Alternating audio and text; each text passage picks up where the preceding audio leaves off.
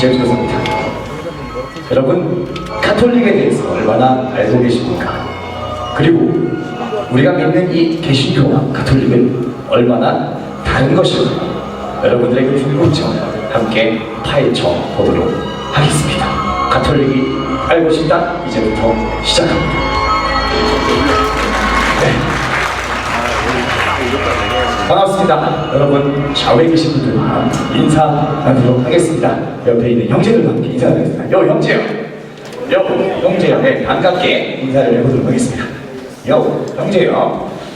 옆에 있는 또 여학생들과 함께 인사해보도록 하겠습니다. 자매요. 네, 여기 없네요. 자매요. 아니구나. 네, 여러분 잘 지내셨습니까? 날씨가 많이 추워졌죠? 네, 오늘 특히 추운 것 같아요. 아침에 너무 추워갖고. 근데 여러분들 옷을 너무 춥게 입고 다니는 것 같아요. 제가 보니까. 아까 제가 깜짝 놀랐는데 반바지를 입고 들어오는 학생이 있어가지고, 야, 진짜 이게 청순이 좋은 건가? 잠깐 생각했는데, 반바지, 다음 주에는 반바지처럼 긴 바지 꼭 입으세요? 네. 있는데 대답을 안 하네요. 반바지 입고 와갖고 제가 깜짝 놀랐습니다. 오늘부터 오늘 한 주 특별하게 지난 2주 동안 했던 이단이 알고 싶다에 대한 그 여러분들의 피드백이 너무 좋아가지고, 사실은 지난번에 여러분들이 많이 했던 그 질문들이 있었잖아요. 사실은 제가 대답을 안 해드린 질문이 한 가지 있었어요. 질문에 있는데 대답을 내가 일부러 안 했어요. 왜 안 했을까요? 요번 설교에 쓰려고. 비슷한 얘기인데, 너무 그 설교 시간에 다루기에는 너무 큰 질문을 던졌어요, 누군가가. 그 질문이 무엇이었냐면 바로 이 질문이었습니다. 천주교도 이단인가요? 라는 질문이 여러분들이 쓴 질문 중에 있었어요. 저는 그걸 보고서 사실 많이 놀랐습니다. 왜 놀랐느냐? 되게 깊은 질문이거든요. 이게 아주 깊은 질문이고, 짧은 시간에 설명하기에는 굉장한 질문을 던진 거예요. 누가 질문했니? 천주교도 이단인가요? 얼굴 한번 보고. 안 왔어요? 질문을 했는데 안 왔어요? 굉장히 안타까운. 잘 듣고 알려주세요. 네. 그렇군요. 왜냐면 이게 본인이 알고 했는지 모르겠지만 엄청난 질문입니다. 그래서 이게 설교를 한 편 해도 짧은 질문을 해주셨어요. 천주교는 이단인지, 천주교에는 과연 구원이 있는지. 여러분 이거 궁금하신 적 있지 않으세요? 제가 청소년부에 와서 사실 많이 들었어요, 여러분들한테. 선생님, 천주교도 똑같아요, 우리랑? 다 천국 가요? 이런 거 물어봤었는데, 제가 그때마다 뭐라고 얘기했냐면, 이게 설명하기 굉장히 긴 기세, 나중에 한번 기회가 되면 설교를 할게! 라고 약속을 해놓고, 네, 드디어 오늘에서야 이 얘기를 하게 되었습니다. 여러분도 많이 궁금할 텐데, 그 이야기를 한번 살펴보도록 하겠습니다. 여러분, 우리가 믿는 이 개신교, 여러분 이 단어도 사실 다 정리를 한번 해야 되는데, 우리가 지금 믿는 이것이 가톨릭에서부터 분리돼 나온 건 알고 계세요? 어떻게 알고 있지? 마틴 루터 종교개혁. 여러분 교과서에 이게 내용이 실려 있다면서요? 네, 아까 한 친구가 이거 오늘 그 시험 범위에 들어가는 건데 이렇게 얘기를 하더라고요. 그래가지고 참 잘 준비했다 생각했어요. 교과서에도 종교개혁에 대한 이야기가 들어가나요? 서양사에서? 그렇군요. 그럼 여러분 좀 귀를 쫑긋 세우고 잘 들어주시면 더 좋을 것 같습니다. 자, 이 세 가지의 차이를 여러분 설명할 수 있겠어요? 기독교, 가톨릭, 개신교, 뭐가 달라요? 가톨릭은 교황이 있어요. 기독교는요? 없어요. 개신교는요? 자, 가톨릭은 여러분 딱 구분할 수 있으시겠죠? 이 세 개 중에서 눈에 띄죠? 가운데 교황으로 대표되는 이 가톨릭은 여러분 쉽게 구분할 수 있을 거예요. 그럼 기독교와 개신교는 뭐가 다른 건가요? 개신교란 말을 거의 안 들어보셨죠, 여러분들은? 대부분 그냥 종교가 뭐니? 그럼 기독교요. 이렇게 얘기하잖아요. 그렇죠? 그런데 여러분 이제 이 단어를 잘 구분해야 이 설교를 이제 듣는데 무리가 없는데, 기독교와 개신교는 사실 엄밀히 따지면 또 약간 다른 의미입니다. 설명할 수 있다. 이 차이를 정확히. 가요.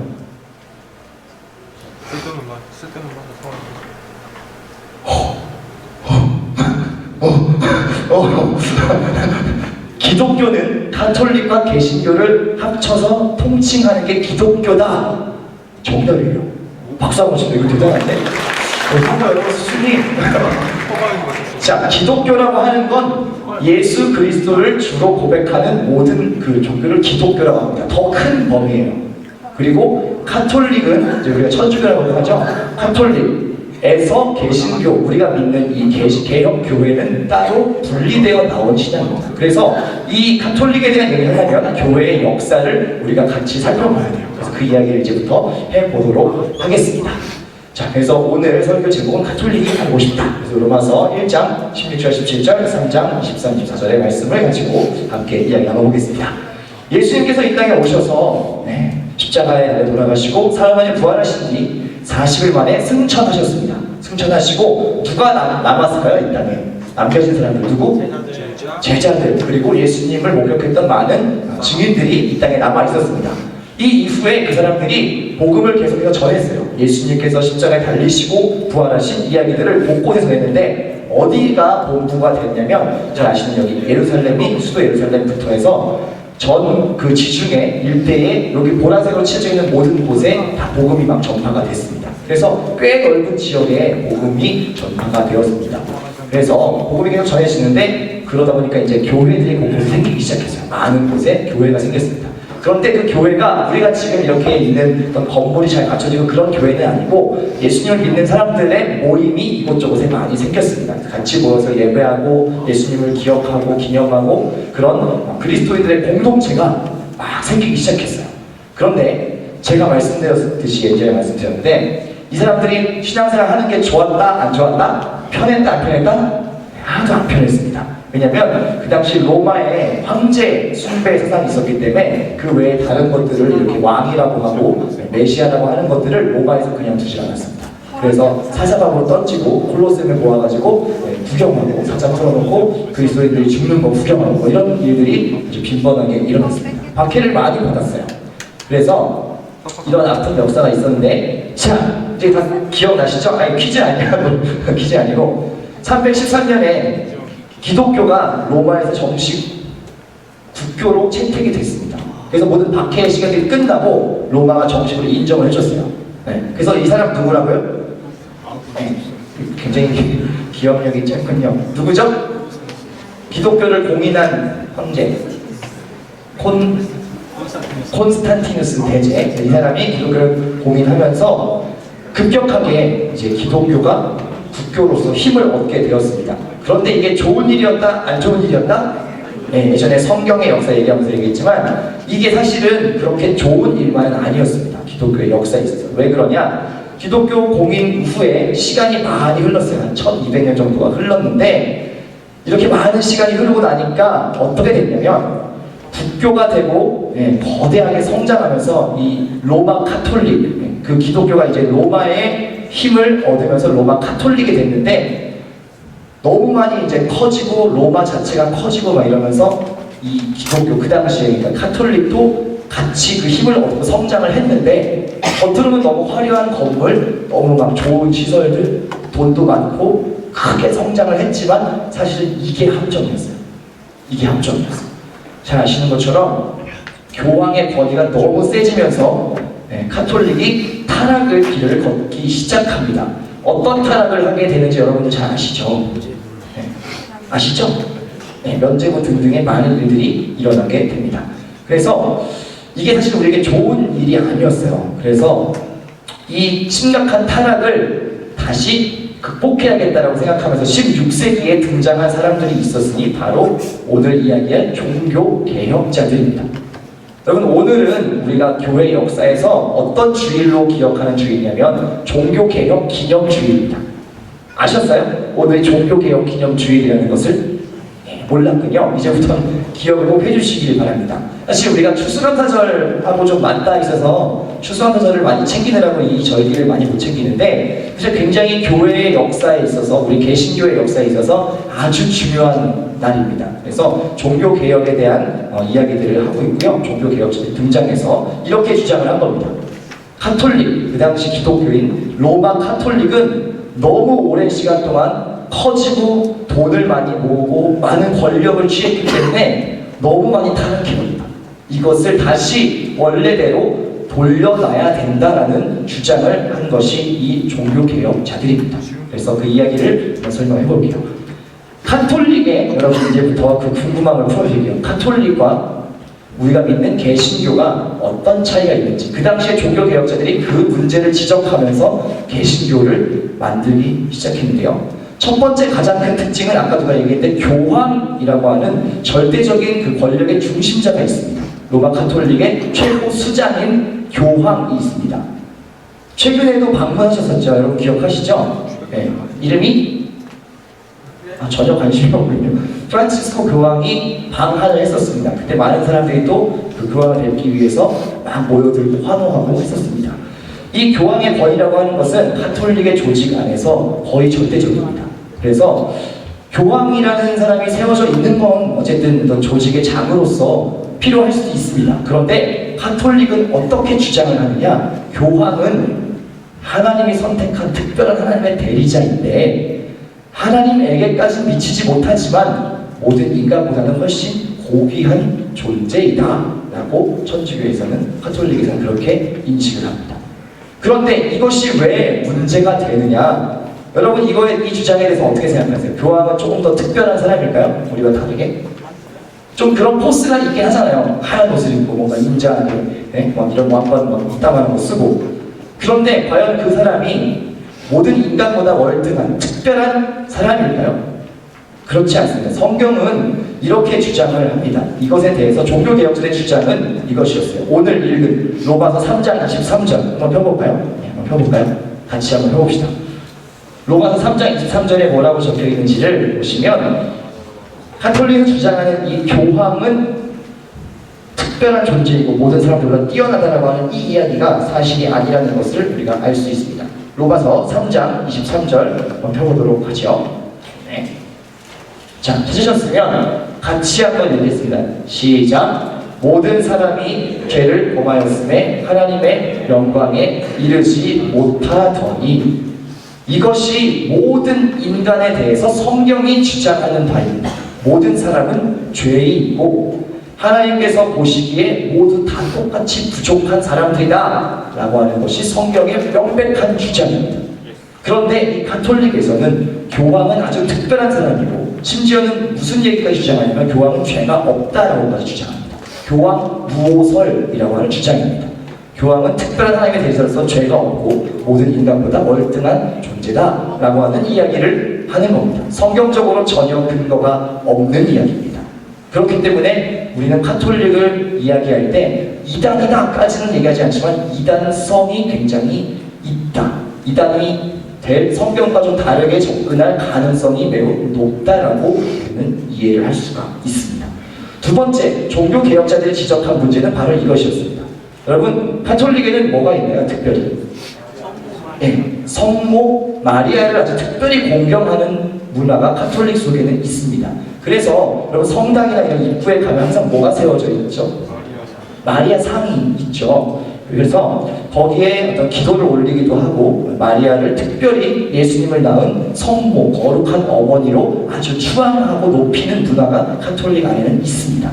그런데 그 당시에 종교개혁자들이 이것도 굉장히 위험하다라고 하면서 지적을 했던 것은 왜 그러냐면, 이 주장이 카톨릭들의 주장인 겁니다. 마리아는 예수님을 낳은 아주 거룩한 어머니, 성모이기 때문에 거기까지는 괜찮았어요. 거기까지는 괜찮아요. 틀린 사실이 아니니까요. 그런데 이렇게 주장하는 거예요. 성모도 죄가 없고, 그리고 예수님과 함께 구원의 중재자가 된다. 그래서 가톨릭 신도들은 예수님께도 기도하고 하나님께도 기도하지만 마리아에게도 기도를 올립니다. 왜냐하면 마리아가 그만큼 어떤 예수님과 함께 구원과 어떤 중재자가 될 수 있는 사람이라, 존재라고 보기 때문에 그렇습니다. 그래서 이것도 성경적으로 전혀 옳지가 않습니다. 무염시태설이라고 해요. 좀 어려운 말인데, 무염시태 뭐냐면 예수님을 뱃속에 품고 있을 때부터 오염되지 않은 존재였다. 마리아는 죄가 없는 존재다라고 카톨릭에서는 설명을 하는 겁니다. 하지만 이것이 굉장히 위험하고요. 성경적으로 방금 얘기한 것처럼 모든 사람이 다 죄인이라는 성경의 증언에는 사실 잘 맞지가 않습니다. 그래서 종교개혁자들이 이렇게 반박을 하는 거죠. 모든 사람은 다 하나님의 은혜로 구원을 받은 존재들이지, 구원을 받아야 될 존재들이지, 구원을 할 수 있는 예수님 외에는 또 다른 존재가 없다라고 종교개혁자들이 아주 강력하게 단호하게 이야기를 한 것입니다. 그래서 여러분들 그 차이를 좀 아셨으면 좋겠습니다. 우리는 성모 마리아라는 물론 표현도 쓰지 않지만 마리아는 예수님의 어머니로서 어떤 그 예수님을 낳은 은혜를 받은 사람이지 무언가 구원을 주고 뭔가 하나님의 대리자로서 구원을 그렇게 할 수 있는 존재는 아니라는 겁니다. 그 차이를 아시면 좋겠고요. 마지막으로 세 번째 카톨릭과 개신교의 차이는 바로 이겁니다. 이건 여러분들이 조금 어려운 개념일 수 있습니다. 연옥이라고 하는 것을 카톨릭에서는 인정합니다. 네. 연옥이 뭘까요? 연옥. 왜 그런 걸 다 알고 있지? 연옥이라고 하는 카톨릭의 그 주장은 뭐냐면 천국과 지옥 사이에 아직 애매한 사람들이 모이는 연옥이라고 하는 공간이 있다는 게 카톨릭의 주장입니다. 그래서 여기 그림을 보시면 산같이 되어 있잖아요. 이게 카톨릭이 주장하는 연옥에 대한 이야기인데 이 연옥도 단계가 있는 거예요. 맨 밑에 단계, 뭐 조금 더 나은 단계 이렇게 해가지고 단계가 쭉 있고 그래서 천국을 가기 위해서는 연옥에서 천국으로 갈 수 있는 뭔가가 필요하다는 주장을 하는 겁니다. 그러면서 이런 얘기를 하는 거죠. 헌금을 많이 하고 선행을 많이 하고 덕을 쌓으면 그 연옥의 등급이 이렇게 올라가서 마침내는 천국에 갈 수 있다는 것이 카톨릭의 주장이었습니다. 성경에는 전혀 그런 이야기가 없습니다. 그런데 카톨릭이 이 연옥을 가지고 뭐를 하게 되냐면 여러분 잘 아시는 사진이 좀 나오지 않는데 면죄부 판매를 하게 됩니다. 네. 왜냐면 이거예요. 천국과 지옥 사이에 그 잠깐 머무르는 공간이 있으니까 여기에서 천국을 갈지 아니면 지옥으로 떨어질지는 헌금과 면죄부와 선행으로 결정될 수 있다라고 주장을 한 겁니다. 그래서 이 면죄부를 돈 많이 내고 사면 등업, 좀 더 헌금을 많이 하면 레벨 2로 등업, 쭉쭉쭉 올라가서 천국에 들어갈 수 있다라고 주장하는 것이 이 가톨릭의 그 당시 주장이었습니다. 그러다 보니까 굉장히 많은 돈을 모으게 됐죠. 면죄부를 판매하고 큰 성당을 짓기 위해서 돈을 많이 모아야 되니까 면죄부를 마구마구 남발했습니다. 그래서 돈을 많이 벌어서 굉장한 권력을 취하게 된 것이 바로 이 면죄부 판매의 이유였습니다. 그래서 연옥이라는 것이 있어서 심지어 이미 죽은 조상들도 등업시켜줬습니다. 너희 조상들을 위해서 면죄부를 사라. 조상들을 위해서 헌금을 많이 해라. 그래서 죽은 사람도 다시 끄집어가지고 천국에 보내줄 수 있다라는 말도 안 되는 터무니없는 주장을 한 것이 그 당시 카톨릭의 주장이었습니다. 그래서 종교개혁자들이 이렇게 강력하게 주장을 했죠. 우리의 구원은 믿음으로만 되는 것이다 라고 이야기를 합니다. 오늘 읽었던 본문인데 한번 찾아볼까요? 로마서 1장 16절에서 17절을 한번 찾아보면 좋겠습니다. 네, 한 장만 앞으로 넘기면 있는데요. 로마서 1장 16절에서 17절 찾아보셔서 다 같이 한번 읽어보겠습니다. 이것은 우리의 굉장히 믿음의 고백으로서 같이 한번 읽을게요. 시작! 내가 복음을 부끄러워하지 않으노니 이 복음은 모든 믿는 자에게 구원을 주시는 하나님의 능력이 되노라. 먼저는 유대인에게요 그리고 헬라인에게로다. 복음에는 하나님의 의가 나타나서 믿음으로 믿음에 이르게 하나니 기록된 바 오직 의인은 믿음으로 말미암아 살리라 과 같으니라. 아멘. 이것이 우리의 구원을 받을 수 있는 유일한 방법입니다. 믿음. 어떤 믿음이요? 무슨 믿음? 우리의 믿음. 우리 뭘 믿는 거예요? 그러니까 복음의 내용이 뭐예요? 예수님께서 우리 죄를 대신해서 십자가에 돌아가셨고 부활하셨고 승천하셨다는 것을 우리 믿는 거죠. 그것을 믿는 믿음으로만 구원받을 수 있는 것이지 다른 어떠한 방법이 없다는 겁니다. 선행, 면죄부, 헌금 많이 하는 것 그걸로 우리의 구원을 이뤄낼 수 없다라고 성경은 분명히 기록하고 있습니다. 그래서 종교개혁자들은 이러한 성경의 말씀을 토대로 카톨릭의 그러한 많은 문화들이 잘못되었고 굉장히 이단성이 있기 때문에 다시 새롭게 고쳐야 된다라고 주장을 합니다. 그래서 여러분 잘 아시는 종교개혁이 시작되었고 종교개혁자들의 주장은 바로 이 짧은 문장 안에 들어있습니다. 오직 성경, 성경의 말씀, 이것이 우리가 믿고 따라야 할 유일한 가치이다. 오직 성경, 오직 은혜. 우리는 구원과 행위로 뭔가를 해서 구원받은 게 아니라 선물로 받은 것이다. 은혜다. 마지막은 뭐예요? 오직 믿음. 예수 그리스도를 주로 고백하는 믿음으로만 우리는 구원받을 수 있다. 이것이 종교개혁자들의 강력한 주장이었고요. 한마디로 요약하자면 오직 예수. 이것이 종교개혁자들이 부르짖은 딱 한 가지였습니다. 오직 예수. 종교개혁자들의 이야기는 이것이 16세기에 일어났던 이야기인데 짧은 영상을 하나 보시면서 그 당시에 어떤 종교개혁이 있었는지 한번 살펴보도록 하겠습니다.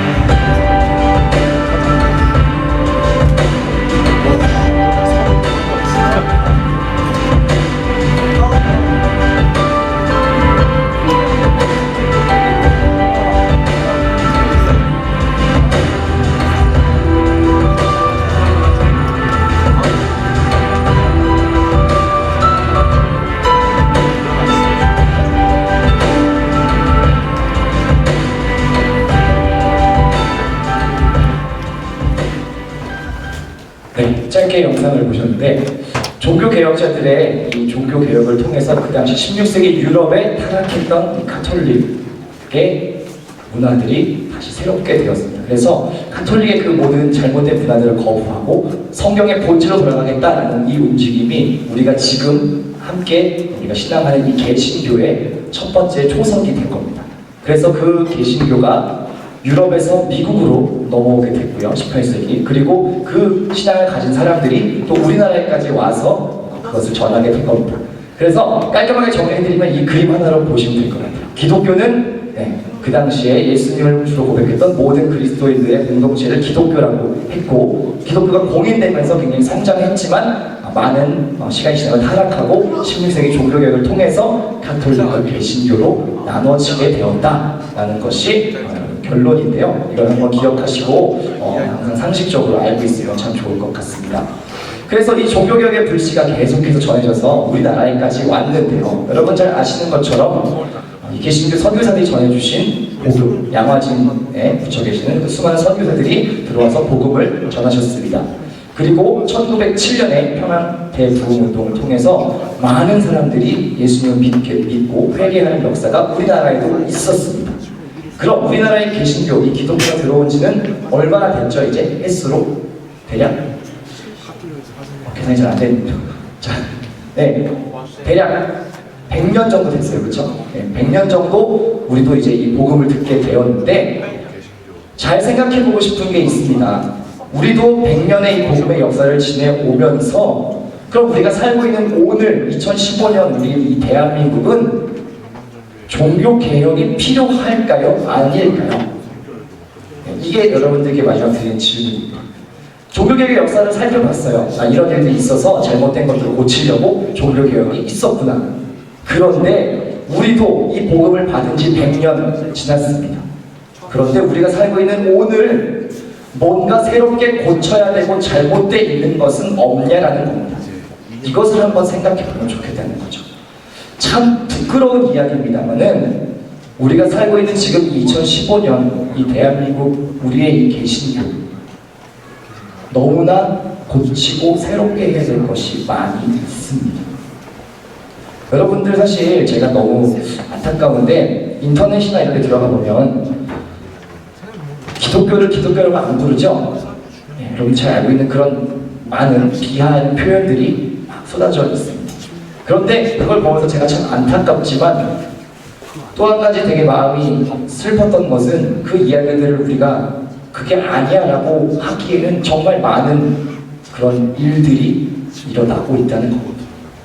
교회가 정말 교회다워야 하는데 그렇지 못한 모습들, 뭔가 정직해야 하는데 정직하지 못한 모습들, 오히려 교회 안에서 많은 분쟁도 일어나고 싸움도 일어나고 사랑하지 않는 그런 모습들을 보면서 정말 세상 사람들이 믿지 않는 사람들이 교회를 바라볼 때 그렇게 비출 수 있겠구나 하는 생각을 하면서 많이 가슴이 아팠습니다. 우리의 부끄러운 현 주소, 정말로 고쳐야 될 모습들이 우리 안에도 많이 있다라고 하는 것입니다.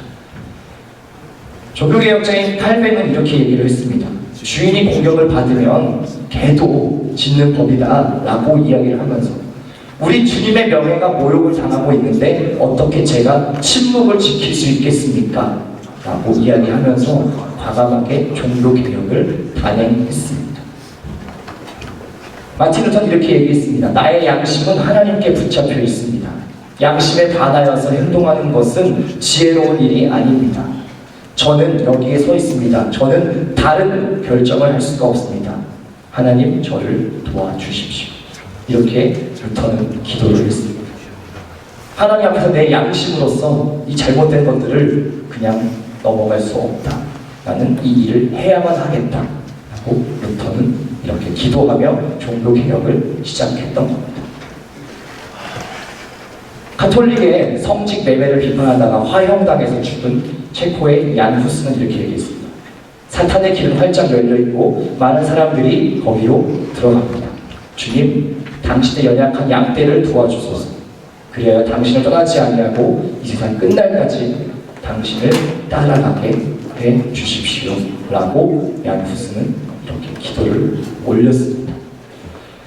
여러분, 마지막으로 이 말씀을 드리고 싶습니다. 이 종교개혁자들의 그 개혁은 16세기에 일어나고 끝나야 될 이야기가 아니라는 겁니다. 이 종교개혁은 계속해서 우리 안에서 일어나야 합니다. 개신교라고 하는 이 말의 뜻은 개신, 새롭게 고친다라고 하는 겁니다. 그런데 한 번만 고치고 끝나는 것이 아니라 계속해서 우리 안에 잘못된 것들, 성경의 뜻에 맞지 않는 것들, 하나님이 기뻐하시지 않는 것들이 있다면 계속해서 바꾸기를 요구받는 것이 우리의 개신교 신앙입니다. 이런 이야기가 있습니다. 개혁교회, 개신교는 항상 개혁되어야 된다. 항상 개신되어야 된다라고 이야기가 있습니다. 오늘 우리 안에 잘못된 모습들이 있다면 그것을 바꿔나가야 한다는 겁니다. 그래서 이 종교개혁은 16세기에 끝난 것이 아니라 오늘 이 21세기를 사는 우리들도 계속 해야 된다는 겁니다.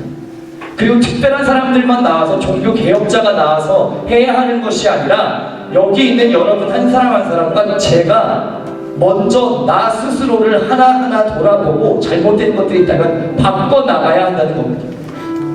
이것이 우리가 종교개혁 기념주의를 맞이하면서 잊지 말아야 할 겁니다. 오늘 종교개혁이 일어난다면 무엇을 고쳐야 할 것인가? 내 스스로를 돌아보면서 내 안에 있는 것을 개혁, 개신해야 한다면 나는 무엇을 새롭게 해야 될 것인가를 생각해야만 한다는 것입니다. 여러분, 그 결단이 있었으면 좋겠습니다. 내 신앙을 한번 돌아보십시오.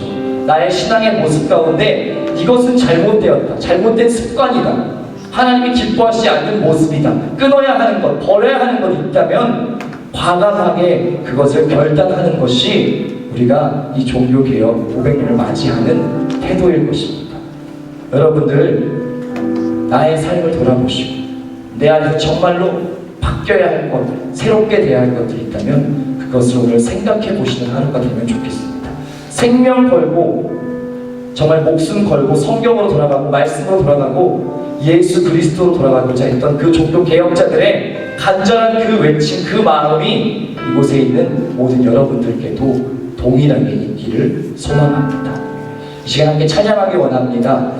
우리의 사용하소서라고 하는 찬양인데요, 우리 이 고백에 한 구절 한 구절을 생각하면서 같이 찬양하면 좋겠습니다. 하나님, 교회를 교회되게 하여 주시옵소서. 우리가 드린 예배가 예배되게 하여